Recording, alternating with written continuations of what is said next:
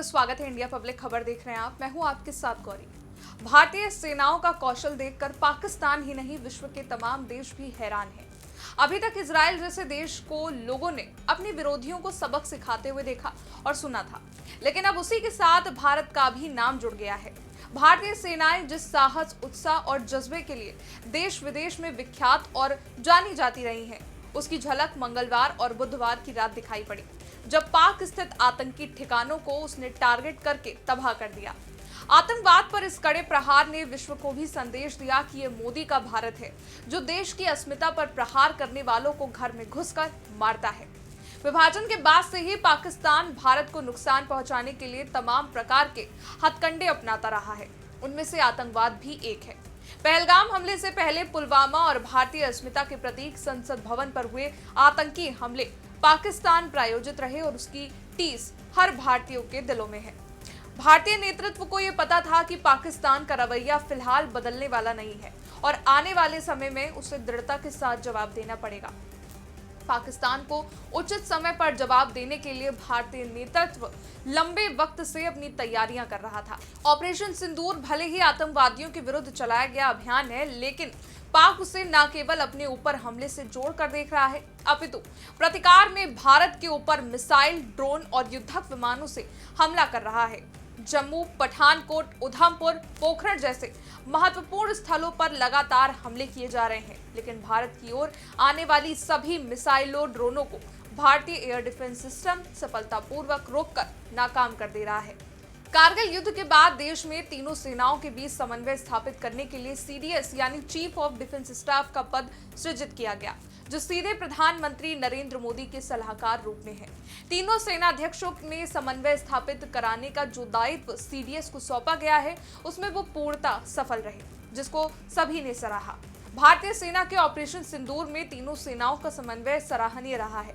इस अभियान के प्रथम चरण में थल सेना के साथ वायु सेना ने तालमेल बिठाकर अपने टारगेट को अंजाम दिया है। वहीं नौसेना को भी हाई अलर्ट पर रखा गया है। भारतीय नौसेना के दोनों विमान वाहक पोत और 13 विध्वंसक पोत पूरे हालात पर टकटकी लगाए हुए हैं। जम्मू कश्मीर, राजस्थान या फिर गुजरात की सीमाओं पर जहां थल सेना मुस्तैद है, वहीं दुश्मन के हवाई आक्रमण को वायुसेना लगातार विफल कर रही है। भारतीय सेना की तैयारियों की बात करें तो वो कई स्तरों पर एक रणनीति के तहत चलती रहती है। भारत अपनी रक्षा प्रणाली मजबूत करने के लिए सदैव ही गंभीर रहा है। उन्नत और सामरिक हथियारों और लड़ाकू विमान उसकी प्राथमिकता में रहे हैं। युद्ध की स्थिति में मजबूत वायु रक्षा प्रणाली को बहुत कारगर माना जाता है, क्योंकि इसमें मिसाइल रोधी प्रणालियों के साथ रडार और अन्य उपकरण लगे होते हैं, जो हमलावर विमानों, मिसाइल का पता 400 से 6 किलोमीटर पहले ही लगाकर उसे नष्ट कर देते हैं।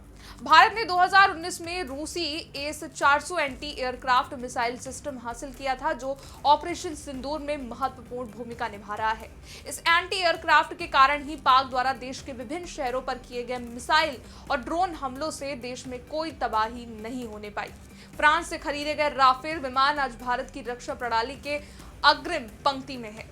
आंकड़ों की बात करें तो भारत के पास इस समय 2200 सैन्य विमान और हेलीकॉप्टर हैं। इस ऑपरेशन में सेना के जिस तैयारी की सबसे ज्यादा प्रशंसा हो रही है, वो है आतंकवादी ठिकानों की सटीक लोकेशन की जानकारी।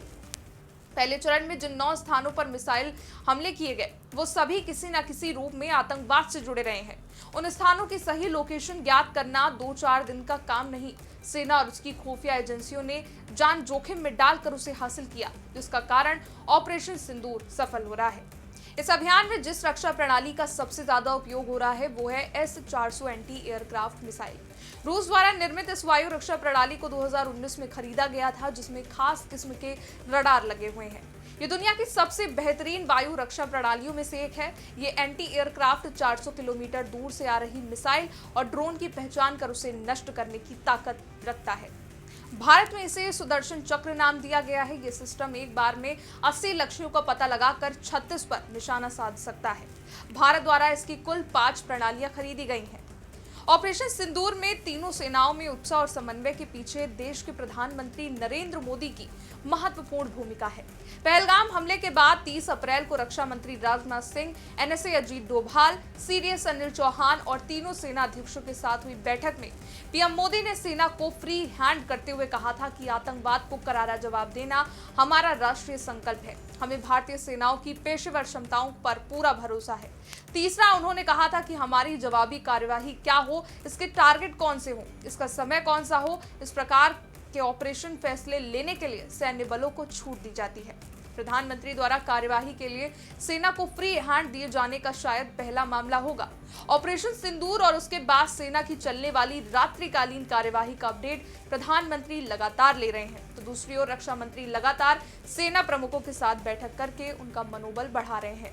गृह मंत्री अमित शाह भी बीएसएफ और सीआईएसएफ के डीजी के साथ लगातार संपर्क में है, तो गृह मंत्रालय के निर्देश पर 8 मई को हुए मॉक ड्रिल के माध्यम से देश के आम नागरिकों को भी आपात स्थितियों से निपटने के लिए प्रशिक्षित किया जा चुका है।